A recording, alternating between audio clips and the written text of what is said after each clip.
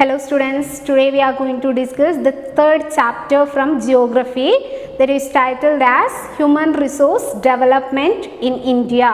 So from this title, it's clear that the concept included in this chapter is closely related to our day-to-day life. So before discussing the chapter in detail, let's revise some of the concept that you familiar with it, that is the resource. I think all of you heard the term the resource. What is resource? Yes, of course, the resource is anything that we value, that we use, that can be termed as resource. Anything that we value, that we use, that is termed as resource. For example, water. You know that? That is, the water is precious in our life, that we use, that we value. So that become a resource. For example, air. So that is, air is important to survive the living things on the earth surfaces. So you know that one. So we value the air, the land. The land also a resource that we value and use. So the resource can be classified into natural resource and man-made resources. Some of them man-made resources, some of them natural resources that we have use, that we must use, that we value, that is considered as resource. I think that is clear to you. That is, the some of the resources are renewable, some of the resources are non-renewable. So here the chapter is human resource development. So we connect that term, that is the resource, to human life. So when a person is valued by the society, by his work, he become a human resource. Is it clear? That is the value of a person that is determined by the society. When he produce something to the society, then only he become the resource, human resource. So let's know what are the main concept that is included in this chapter. That is, what is human resource? What is the human resource development? Its features, levels, advantages that we are going to discuss now. Okay. So the first concept is human resource. So that I already mentioned, when a person is valued by the society with his work, he become a human resource. So human resource is simply refers to that is the people have the manpower that can be utilized in the production sector. Manpower, it may be knowledge of a person or his skill that can be utilized in production sector, that can be termed as human resource. For example, I am a teacher, that I use my skills and knowledge to teach you. So like that, in your home, to satisfy your needs, your parents work hard and earn income. They produce something, so they earn income to satisfy your needs. So your parents become a human resource. So when a person, he utilize his knowledge and skill or his power to produce something, he become a human resource. So simply we can define as human resource is the all. That is, the refers to the all the people who have the manpower that can be utilized in the production sector. I think that is clear to you what is human resource. So by birth, a person is not a human resource. He become a human resource through different stages of life. So let's know what is human resource development. So the human resource is not a person by birth, not a human resource.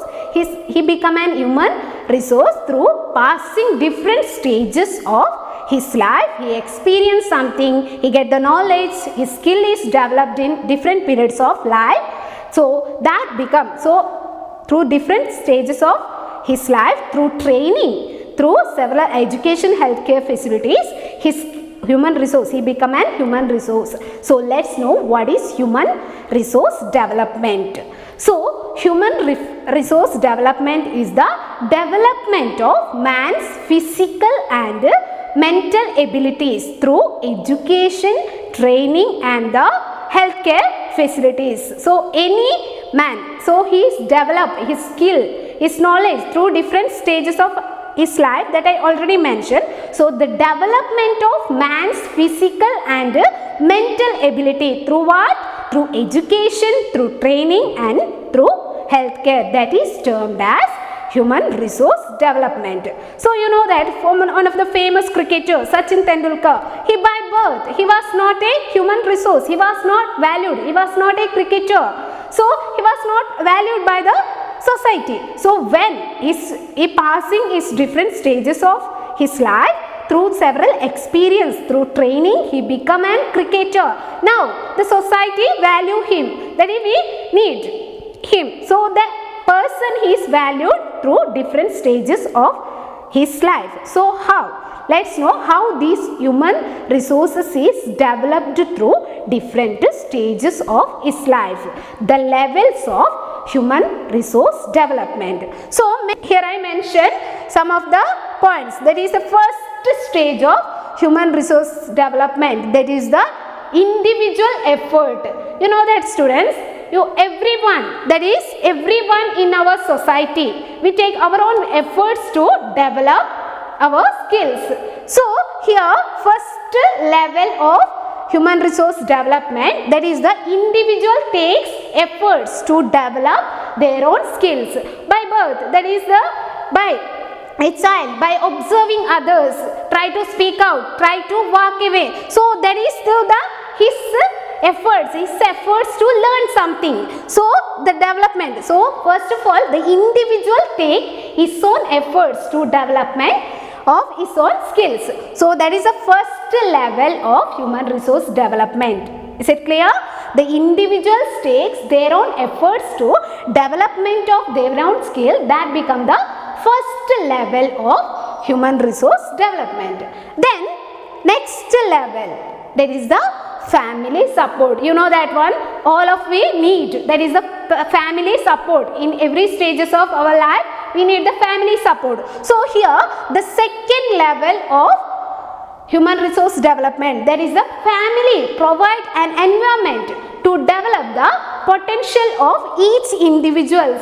So family support is important. So family provide an environment to develop the potential of each individuals. That is the second level of human resource development. Third one is the agencies and various institutions. You know that one, after family, that we receive education through several institutions. So several agencies and several institutions that provide facilities for better education, better training. So that is the various agencies and several institutions provide better facilities for the development of the skills of each individual. Is it clear? That is the third stage of human resource development. Fourth one is the nation. You know that one, nation, our government, that provide necessary proper facilities to the each individual, to all people to develop their own skills. So finally that person, that is the person with no value, he become valued person when he passes through these different stages of his life. First, individual support, individual effort. Second one, family support. Third, agencies provide facilities. Last one, nation also provide facilities to the development of each individual skills and knowledge. So then he become an human resource and produce something to the society. Is it clear? So that we already mentioned what is human resource, what is human resource development, what are the different levels of human resource development. I think that is clear to you. Now let's know what are the features of human resource development. So the human resource development, the features is classified into two. That is, one is quantitative feature, another one is qualitative feature. I think all of you heard the term, what is quantitative, what is qualitative. Quantitative means that can be measurable. Quantitative features is that can be measurable. Qualitative means they cannot be measurable. So anything that it can be measurable is quantitative, anything that cannot be measurable, that is qualitative features. Let's know what are the qualitative and quantitative features of human resource development. Okay. So the qualitative and the quantitative features of development, that is mainly human resource development is, first one is quantitative features, that is the population size, population structure, then density of population and population growth. Population structure, population size, density of population and the population growth. These are the main quantitative feature of human resource development. Then let's know what is qualitative feature of human resource development, that is literacy rate, life expectancy, education and health care. These are the four main qualitative features of human resource development. So let's discuss each these features in detail. Okay. First of all, that I mentioned one of the quantitative feature, that is the size of population. That is the size of population is refers to the total number of people they were residing in a country at a particular period of time. At a particular period of time, there is a total number of people they were residing in a country, that is termed as size of population. Okay. So that is the every country that collect the information about the number of people, its social economic status, their age, sex group, that is mainly collect the information. So every country that is the collect the information about this number of people through an activity that is termed as census. I think all of you heard the term census. So in India, our government, that is in India, the census is took place once in 10 years. So the last census that is conducted on 2011, that is mainly highlight, that is 121 crore population have in India.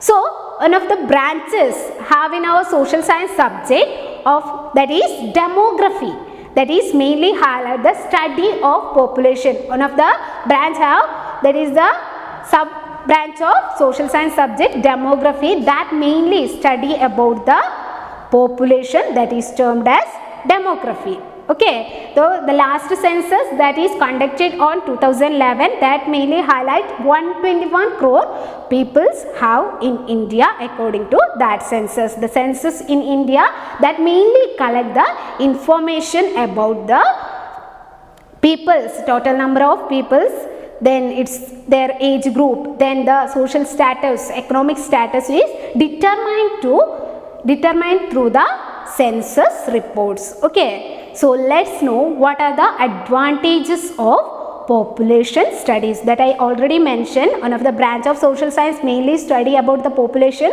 that is termed as demography. So let's know what are the advantages of population studies. So by collecting the information about the total number of people residing in a country, that way the government get the information, several information. First of all, it depicts, that is it determine how much, that is the human resource development availability in India. So human resource development, those who are willing to work, now not about dependency rate, that is the willing to, those who are willing to work, those who are producing something. So the availability of human resource is through the conducting census by India. So that is one of the benefit of population studies. Then by collecting the information, the countries know, the government know how to produce, how much is goods, how much goods and services that is required by the people. Then the country, finally the government is decide, is it developed or underdeveloped or a developing nation. You know that one, India is not a fully developed nation. India is a still developing nation, because we know that one, that is a population. India occupies second rank in the population, that is the United Nations Organization report of 2014. That is mainly highlighted that one, the census report of 2014, that is the China ranks first in the population and second rank to the India. So that is why that is the requiring goods and services is produced to the people, even though it is produced, still have the poverty. So the developing nation, it was not a fully developed nation. So these information acquired through the census. So the World Population Day, that is observed on July 11, that is mainly it was observed on July 11 to making the awareness of, mainly with the increase of population, what are the other defects of increasing population, that is observed on July 11. I think this is clear to you what is population size.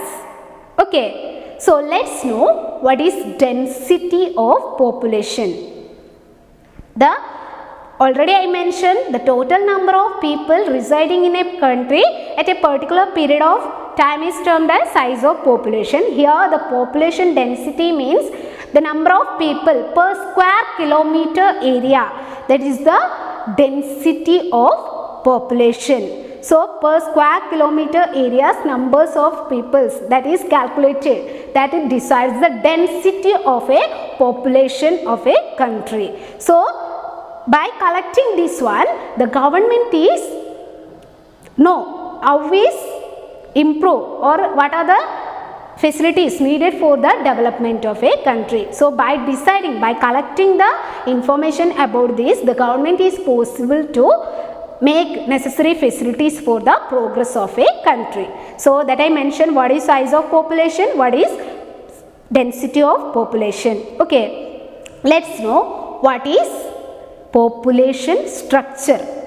That is the third quantitative feature of human resource development, that is population structure. So in our country, the population, whole population is divided into three main structure based on the age group. You know that students, from 1 to 18 years old. So the students or the children were not able to do work or to earn something to the society. That is dependency group. 1 to 18 is the dependency group. 18 to 59, that is the working force group in India. That is they are the main human resource persons in the India. That is the human working force is from which age to which age? That is from 18 to 59. So after that, after 60, the peoples were not able to, they are aged people, so they were not able to work more, or they can't able to produce something new for the society. So that is why they also comes under dependency group. 1 to 18 age group is dependency group, and above 60 is the dependency group. Only working force group is, that is 18 to 59. Okay, so all these dependency groups depend on this working force group. They contribute much to the progress of a country. I think this is clear to you. If the dependency rate is increased in a country, that causes its development. So if the working force efforts or working forces number is increased, that country's progress is possible as soon as possible. Okay, so after that, let's know what is population growth. You know that students, there are in total population, there is sometimes lot of death have, lot of births have. So these death, birth and the migration causes the population. Okay, that is it also affects the population. Let's know how it decide whether a country is growth. There is a development in a country or any country's growth is depend on these factors. So population growth. So when the birth rate increases, death rate decreases. What happen? Population is increases, birth rate is increases, death rate is decreases, population is increases. When the birth rate is decreases, death rate is increases. What happen? Population is decreases. You know that one. When the birth rate is decreases, death rate is increases, population is decreases. Then the migration. Birth rate means number of birth per thousand. Number of birth per thousand, that is the birth rate of a country. Number of death per thousand, that is the death rate of a country. If the birth rate is increases, population increases. If the birth rate is decreases, population is decreases. Then another one is the migration. You know that one that you studied in the 9th standard. That is the factors affecting migration. Then what is migration? That is the settlement of people in one region from the another region. That is termed as migration. So when the migration also affects the population growth. So affects the population. When there is the migration, when the people is migrated from one place, that place the population is decreases. When they is migrated from one place to another places, where they go, there the population is increases. So these factors, migration, death rate and birth rate, decide the population growth of a country. These are the main quantitative features of human resource development. I think this is clear to you. Let's know what are the qualitative features of human resource development. That is education. So you know that one, students, education is play a major role in development or progress of a country. So here how the education helps the human resource development in India. That is the education. By receiving education, we know how to use, how to utilize the natural resources, or how to behave, or anything that we earn through the education. So here the people know the technology through the education, how to use the technology. So by that they secure, by education they secure what? Better job, standard of living is better after receiving education. So when a person receive education, he know how to use the technology, then he become a person with job, that is a better job facilities. Finally he become, his standard of living is improves. So that finally causes what? Human resource development in India. That finally leads to the economic development of a country. Is it clear? So thus the education helps the human resource development in India. So there are several schemes have in India, RMSA, then the integrated child developmental scheme, then many other educated programs that is mainly have in India to promote the education sector. There are several commissions also have to promote the higher education. So these finally leads to the human resource development in India. Is it clear? So the next feature is healthcare. World Health Organization, that is important organization, international organization, mainly promote the healthcare, that is a better health of the people of every country.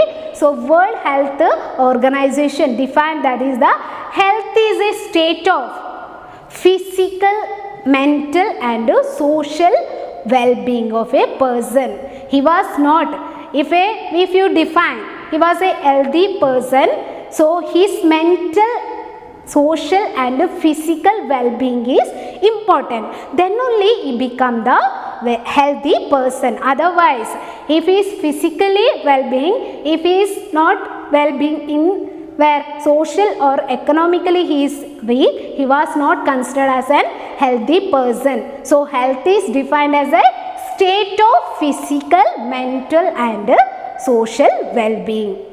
Is it clear?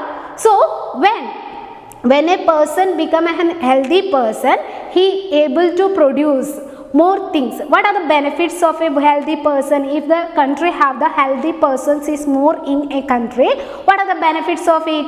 Yes, of course, there is medical expenses of the government that is decreases. So there is no need of more expenditure on the medical healthcare facilities for providing healthcare facilities, that is decreases. Government expenditure is decreases if the healthy persons number is increases.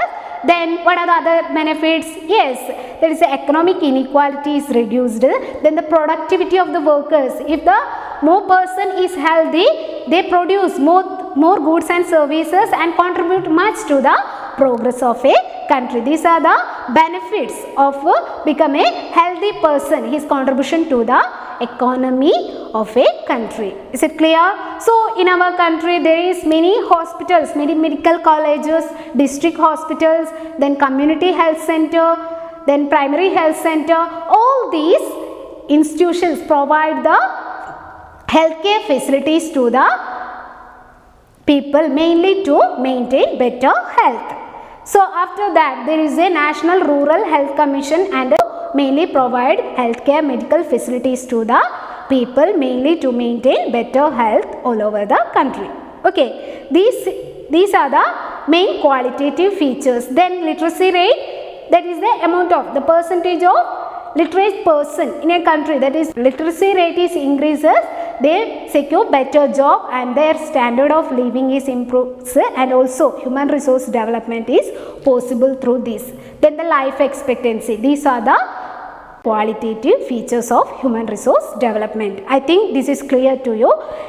Let's know what are the advantages of human resource development. By explaining each features that I explained already, each features contribute much to the development of human resource development. So when the human resource development is fully developed, then only the country's economic development is possible. So economic inequality is reduced if the human resource is developed fully. Then the productivity of the workers is increases if the human resource is developed fully. Then ensure the social welfare. Then it also improves the entrepreneurship. These are the advantages of human resource development. So these are the main concept of this chapter. I think the concept is clear to you.